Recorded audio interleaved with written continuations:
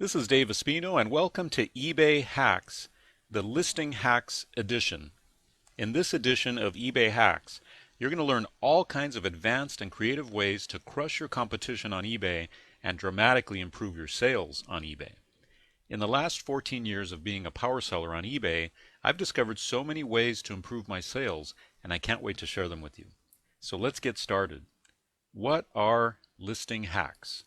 Listing hacks are little extra things you can do to all your listings. Each one of these things by themselves can improve your competitive advantage, but when you add them all up in one listing, you'll see massive advantage and you'll easily crush your competition on eBay. So where are listing hacks most effective? Well, listing hacks are always effective. No matter where you use them and on which listings you use them, they're always going to be effective and they're always going to help you. But when you use them on listings where you have a lot of the same item, or on good till canceled listings which go on for a long time, then they really give you an advantage. This is due to the way eBay rewards listings that have better sell-through rates and longer-term positive sales results. As the listing continues to show great results, these hacks will give it more ranking power.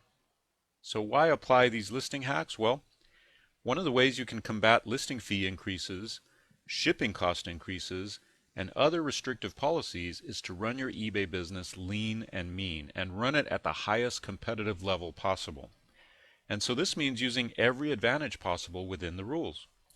That's what these hacks are. They're little legal advantages you can use right now to improve sales. So let me tell you a little bit about the philosophy of listing hacks. First, we have the principle of slight edge.